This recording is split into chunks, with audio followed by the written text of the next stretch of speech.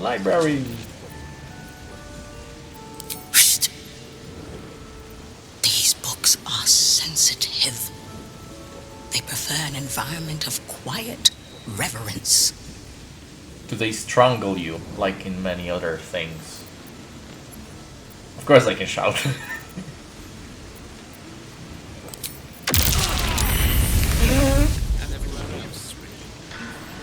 Never mind. Look what you've done. By all the gods, I'd give my ear for the least bit of respect for the written word. Go act the clown on your own time. Come back when you've cobbled together some manners and are prepared to pay for the damages. Who now? Oh, Roland. I leave him alone, he leaves me alone. That's all there is to it, I'm happy to say. Bold. You might have heard that our library has a collection other shops would lack the skill to curate. Between us, even Master Leverokin was reluctant to house them in his tower. The pen is mightier than the magic wand, apparently. They're locked away here for their and our customers' safety. Our finest reserve includes the Tharciate Codex, the Annals of Karsus and Netherese Folly, Sights of the Seelie, and the Curriculum of Strategy. First two. Do any of those interest you? It is said to be written by Lord Karsus himself, the Netherese arcanist who attempted to replace the goddess Mystra. Failed, and was banished for the attempt. Great magical knowledge lies within those pages, but not many can withstand it. That's it. That's what I need. The Annals of Karsus would no doubt have much to say about the crone's true nature. If only you could read them.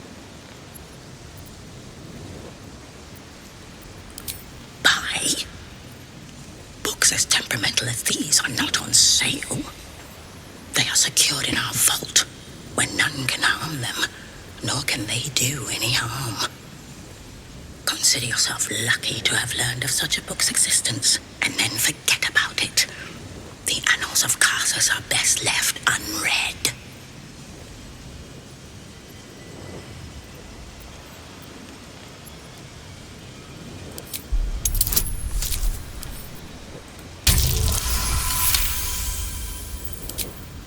Customers like you are why I prefer the company of books. Come on. The only way to gain access to the vault is through my office. And before you ask, no, you are not allowed in there either.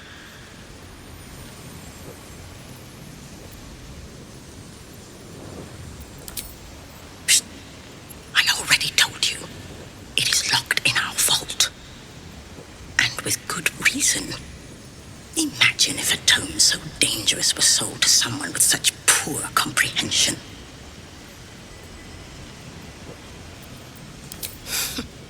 You certainly have. Even simple knowledge of these tomes is enough to stimulate most. Interesting choice. If I didn't know better, I'd think you might have the Necromancy of Thay in your possession.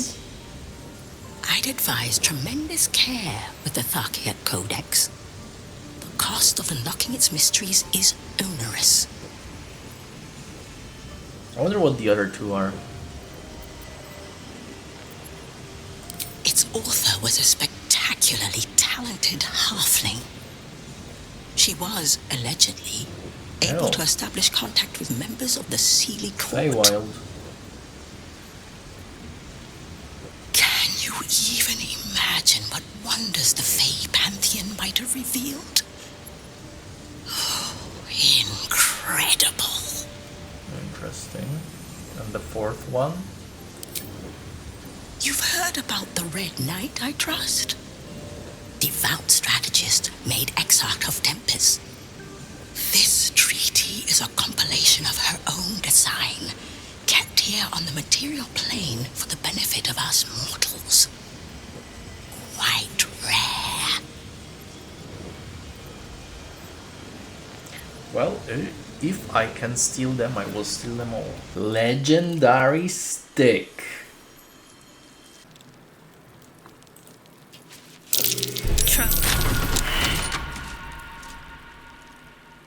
Wait, did I just do it in the on the first try? That's fucking weird if so. The book radiates power, but the words you read in the Codex echo in your mind, guiding your eyes safely across the page. Awesome. The once indecipherable glyphs now feel dangerously familiar, promising unholy power to those who can take it. Gimme.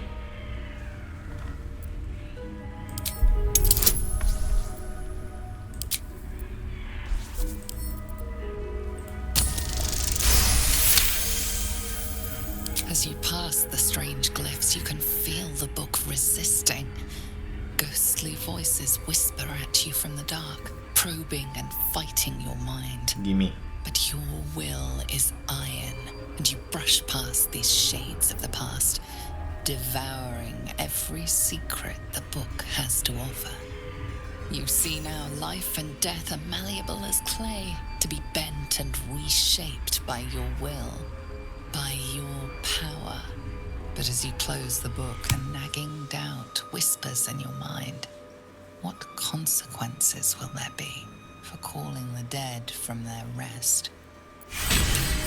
None. Necromancers do it every day. Oh shit, that's gonna be a Djinn. Oh, you've arrived in the nick of time, saintly adventurer. I've been trapped for so long, I dare say I'm half mad. Ho ho! Thank you for sacrificing yourself to save me. Such courage brings a tear to the eye. Sacrificing.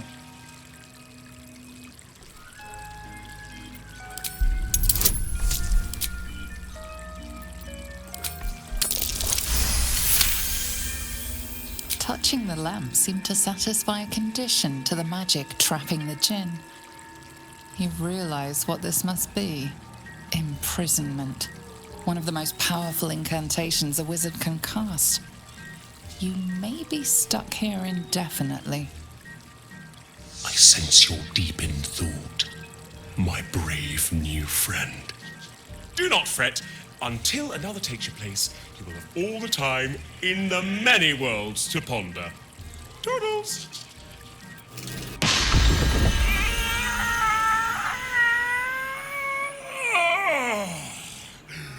Freedom's sweet nectar! How I missed you. Oh, my rescuer left behind a servant. I'm terribly sorry for your loss. I'm sure you're at your wit's end without your master.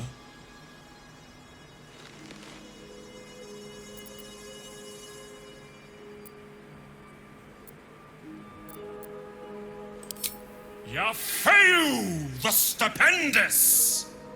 Or was it wondrous? Bah! I'm free! And that's all that matters.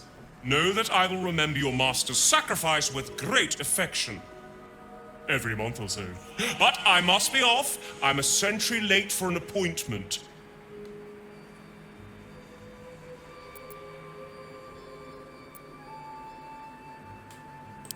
Now. Your master touched a lamp like a ding-a-ling, which means this is your problem, not mine. But if you're after a fight, so be it. It's been too long since I flexed these glorious magical muscles. Aha! Lul.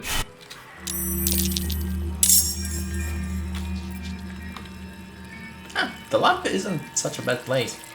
The Annals of Karsus. The preamble to a civilization's downfall, committed to parchment by the very hand that wrought its destruction. If the crown atop the Elder Brain was truly forged by Karsus himself, this book will confirm it. All we have to do is turn the page.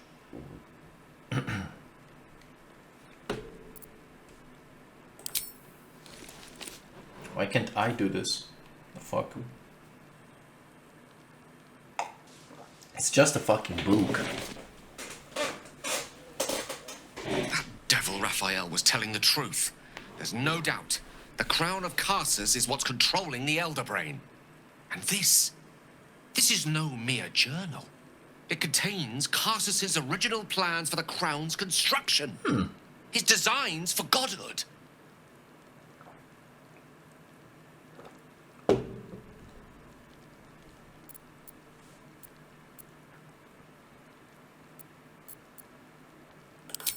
Not exactly. It was what he did with it that sealed his fate, and, for a time, that of magic itself. The crown was merely the means. The book states that the crown and netherstones were originally one construct, seemingly sundered at the moment of Karsus's downfall. That we know. If we can collect the crown's setting and the 3 netherstones, and with the correct invocation of certain spells and gestures detailed in these notes, I think I could reforge it. You think it's a good idea?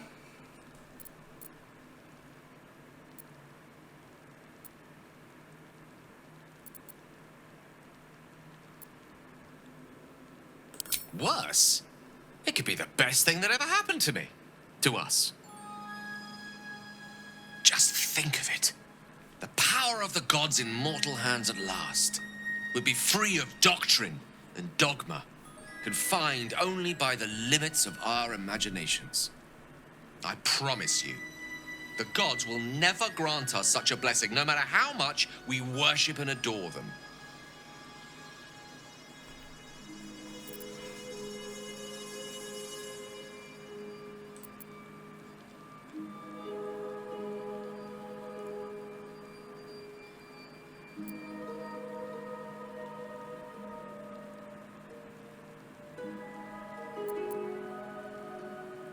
I don't know.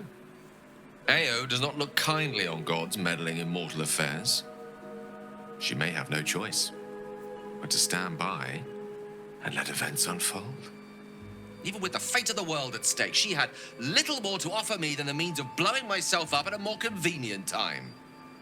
She's done nothing to help us. You do have a point, and I do hate wanted gods. the brain obliterated because of this crown. She fears a world in which such power is beyond her control, ready to be claimed by Karsus's successor.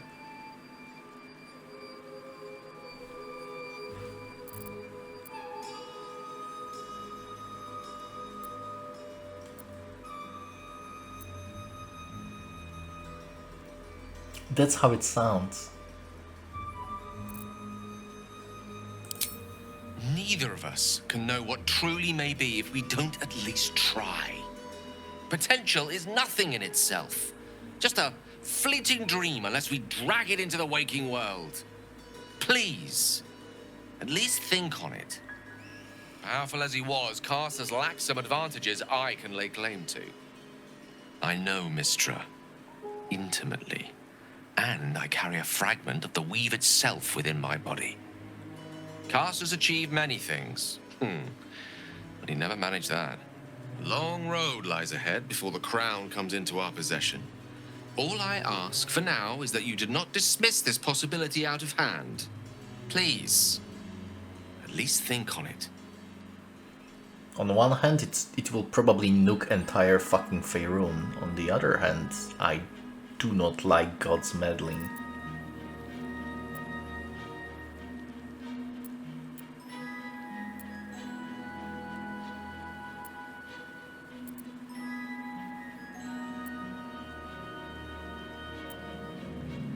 I'm glad you can recognize this for the opportunity it is.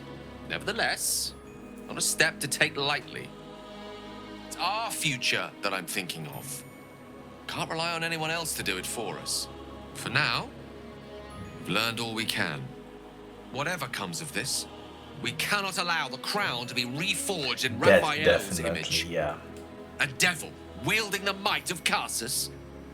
It would be the end of everything. Yep. Elminster? Oh, hello, my boy. No, don't mind me. I'm just enjoying a lungful of Baldurian air. Yes, a distinctive aroma, though perhaps not one worthy of bottling.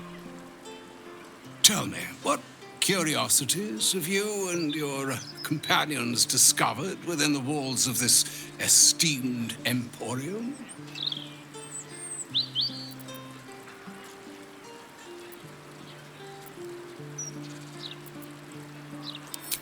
I trusted he would be sensible enough to exercise caution in this matter and to seek the truth. By now, you are aware of the evil we are up against. Karsus' pestilent crown, the very tool with which its eponymous creator unmade an empire and magic itself.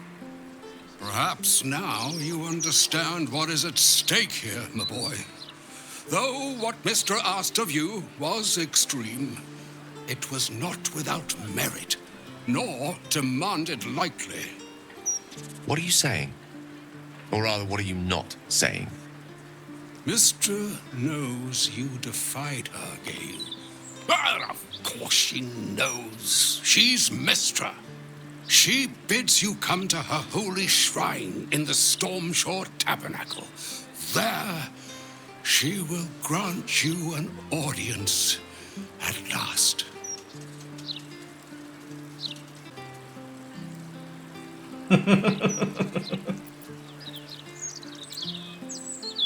I see remaining optimistic is my duty, especially when I'm not the one being asked to do the seemingly impossible. Trust in yourself. Trust in the weave, if you are willing. Trust in Mystra. There is a conclusion yet to be written in this sorry tale, Gale of Waterdeep. And yours is the quill that will write it. So all it took to get Mystra's attention was to learn how to reforge an artifact that once destroyed her. It's obvious when you stop to think about it. Well, I doubt it's an apology for asking me to die on her behalf. Yeah, she doesn't. Whatever it is. If it's important enough to send Elminster, we can be damn sure she's serious. This is a conversation that's long overdue on both sides. I owe it to her to hear her out. Come what may afterwards. Mystra's many things, but she's no censor. Her job is not to judge those who use the weave, but to ensure it is protected. Whatever she has to say, I want to hear it. Only then will we know the truth of what lies ahead. Fair point. I couldn't help overhearing what Elminster said to Gale. Not every day a god asks for a chat. Hey, maybe I'm invited too. I can be the muscle. Poor Gale. I hope he knows that a goddess abandoning him needn't be the end. I know from experience. So, Mistress requested a chat with Gale. Unusually polite for a god. I do hope it goes well. We've pissed off enough gods already. Ugh, that pointy-headed old fart talks too much. But he has also moved mountains, walked between planes, and dragged himself back from death a dozen times. If he still believes in Gale, the boy should not be overly concerned what his ladylove thinks. Goddess or no. Fair point. Elminster is dope. Mystra, not exactly. Poor Gale. But Mystra is wrong about him. Perhaps he can yet prove that. Mystra wants to meet Gale. Impressive. The only thing a god's ever offered me is a cold shoulder. Which is why we should take the reins. I mean, we mortals. I regret many things in my life. Choosing to be here, intact and unexploded, is not one of them. For now, to have a few more days in your company, no. I wouldn't change a thing.